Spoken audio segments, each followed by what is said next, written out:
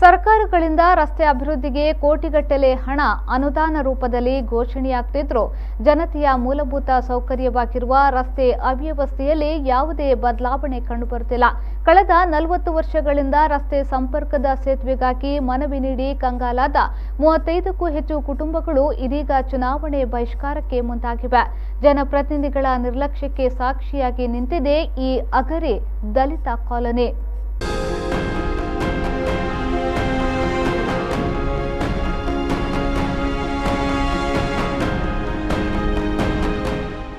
ಪುತ್ತೂರು ತಾಲೂಕಿನ ಹಿರೇಬಂಡಾಡಿ ಗ್ರಾಮದ ಅಗರಿ ಎಂಬ ಭಾಗದಲ್ಲಿ ದಲಿತ ಕಾಲೋನಿಯಲ್ಲಿ 12 ಕುಟುಂಬಗಳು ವಾಸವಿದ್ದು, ಈ ಭಾಗದಲ್ಲಿ ಸುಮಾರು 25ಕ್ಕೂ ಹೆಚ್ಚು ಇತರ ಕುಟುಂಬಗಳಿವೆ.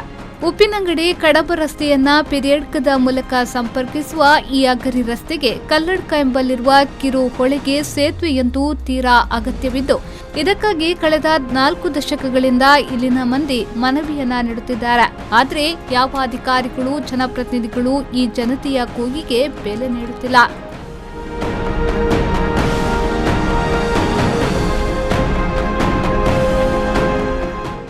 ಡಿ.ವಿ. ಸದಾನಂದಗೌಡ ಅವರು ಪುತ್ತೂರಿನಲ್ಲಿ ಶಾಸಕರಾಗಿದ್ದಾಗ ಅಗರಿ ದಲಿತ ಕಾಲೋನಿ ಸಂಪರ್ಕಿಸುವ ರಸ್ತೆ ಸೇತುವೆ ನಿರ್ಮಾಣ ಮಾಡುವಂತೆ ಮನವಿ ನೀಡಲು ಇಲ್ಲಿನ ಜನತೆ ಪ್ರಾರಂಭಿಸಿದ್ರು.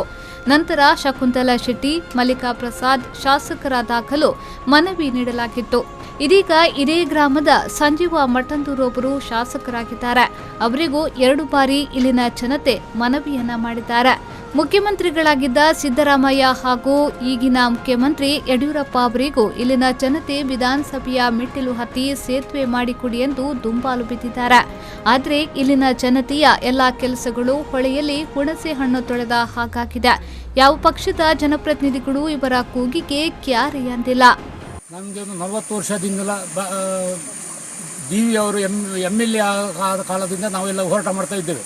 ಡಿ.ವಿ. ಅವರು ಎಮ್.ಎಲ್.ಎ. ಆದರು, MP ಆದರು, ರಾಜ್ಯಾಧ್ಯಕ್ಷರು, ಮುಖ್ಯಮಂತ್ರಿ ಆದರು, ನಮಗೇನು ಮಾಡಲಿಲ್ಲ. ಆಮೇಲೆ ಶಕುಂತಲಾ ಶೆಟ್ಟಿ 2 ಸಲ ಎಮ್.ಎಲ್.ಎ. ಆದರು, ಏನೂ ಮಾಡಲಿಲ್ಲ. ಮಲ್ಲಿಕಾ ಪ್ರಸಾದ್ ಅವರು ಮಾಡಿದ, ಅವರು ಸಹ ನಮಗೆ ಯಾವುದೇ ಕೆಲಸ ಮಾಡಲಿಲ್ಲ.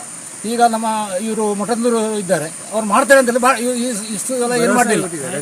ಭರವಸೆ ಮಾತ್ರ ಕೊಟ್ಟದ್ದು, ಯಾರು ಇಷ್ಟವರೆಗೆ ಯಾರು ನಮಗೆ ಮಾಡಲಿಲ್ಲ. ಅದೇ ಕಟೀಲ್ ಅವರವರು ಸಹ 3 ಸಲ ನಾವು MP ಮಾಡಿದ್ದೇವೆ. ನಮಗೆ ಯಾವುದೇ ಅನುದಾನವನ್ನು ಯಾವುದೇ ಇಲ್ಲಿಗೆ ಬಿಡುಗಡೆ ಮಾಡಲಿಲ್ಲ.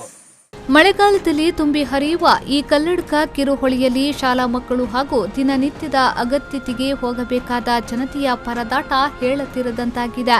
ಈ ಭಾಗದಲ್ಲಿ ಹಲವಾರು ಮಂದಿ ದನಗಳನ್ನು ಸಾಕುತ್ತಿದ್ದು, ಪೆರಿಯಡ್ಕ ಹಾಲು ಸೊಸೈಟಿಗೆ ಬರಬೇಕಾದ್ರೆ ಸುಮಾರು 6 ಕಿಲೋಮೀಟರ್ ದೂರ ಸುತ್ತಾಟ ಮಾಡಬೇಕಾಗ್ತದೆ.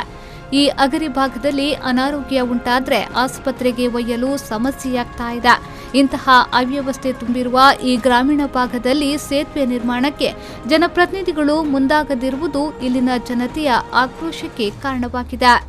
ಮತ್ತೆ ಇಲ್ಲಿ ಶಾಲಾ ಮಕ್ಕಳಿಗೆ ಹೋಗಿ ಒಂದು 2 ವರ್ಷ ಇಲ್ಲಿ ಪಾಲ ಹಾಕಿ ಹೋಗೋ ರೀತಿ ಮಾಡಿದ್ದಾರೆ.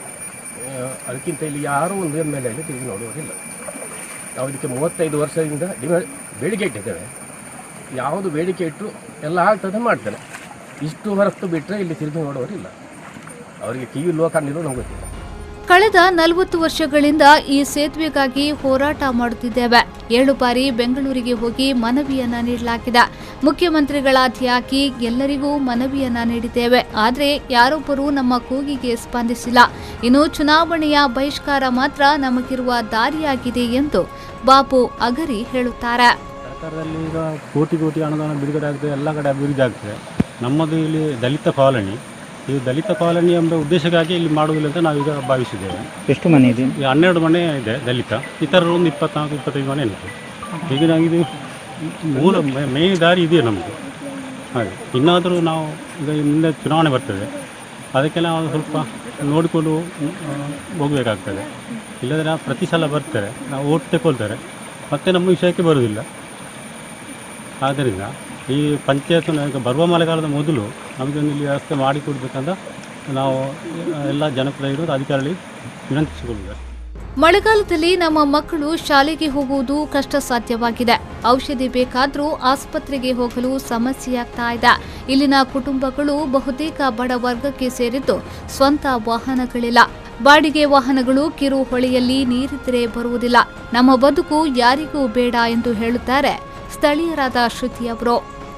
ತುಂಬ ಮಕ್ಕಳು ಈ ಕಡೆಯಿಂದ ಎಲ್ಲ ಶಾಲೆಗೆ ಹೋಗ್ತಾರೆ, ತುಂಬ ಕಷ್ಟ ಆಗ್ತದೆ. ಆಮೇಲೆ ಏನಾದರೂ ಆರೋಗ್ಯ ಸಮಸ್ಯೆ ಇದ್ದರೂ ಕೂಡ ಬೇರೆ ಕಡೆಯಿಂದ ಹೋಗಬೇಕು, ಬೇರೆ ಬೇರೆ ತೋಟದ ಮಧ್ಯೆ ಎಲ್ಲ ಹೋಗಬೇಕು. ಅವರು ಒಂದು ವೇಳೆ ಅವ್ರು ಬೇಡ ಅಂತ ಹೋಗಬೇಡಿ ಅಂತ ಹೇಳಿದ್ರು ನಾವು ಎಲ್ಲಿಂದ ಹೋಗ್ಲಿಕ್ಕೂ ಆಗೋದಿಲ್ಲ.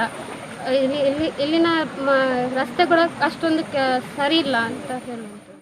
ಒಟ್ಟಿನಲ್ಲಿ ಪುತ್ತೂರಿನ ಹಿರೇಬಂಡಾಡಿ ಗ್ರಾಮದ ಅಗರಿ ದಲಿತ ಕಾಲನಿಯವರು ರಸ್ತೆ ಅಭಿವೃದ್ಧಿಗೆ ಮತ್ತು ಸಂಪರ್ಕ ಸೇತುವೆಗೆ ಆಗ್ರಹಿಸಿ ಮನವಿ ಪ್ರತಿಭಟನೆಗಳನ್ನು ಮಾಡುತ್ತಾ ಬಂದರೂ ಸಂಬಂಧಪಟ್ಟ ಯಾವುದೇ ಅಧಿಕಾರಿಗಳು ಸ್ಪಂದಿಸಿಲ್ಲ. ಶಾಸಕ ಸಂಜೀವ ಮಠಂದೂರು ಅವರ ಹುಟ್ಟೂರಿನಲ್ಲಿ ಜನತೆಯ ಸಮಸ್ಯೆಗೆ ಸ್ಪಂದಿಸದೇ ಇರುವುದು ಖೇದಕರ ವಿಚಾರ. ಅನೀಶ್, ವಿ4 ನ್ಯೂಸ್ 24/7 ಪುತ್ತೂರು.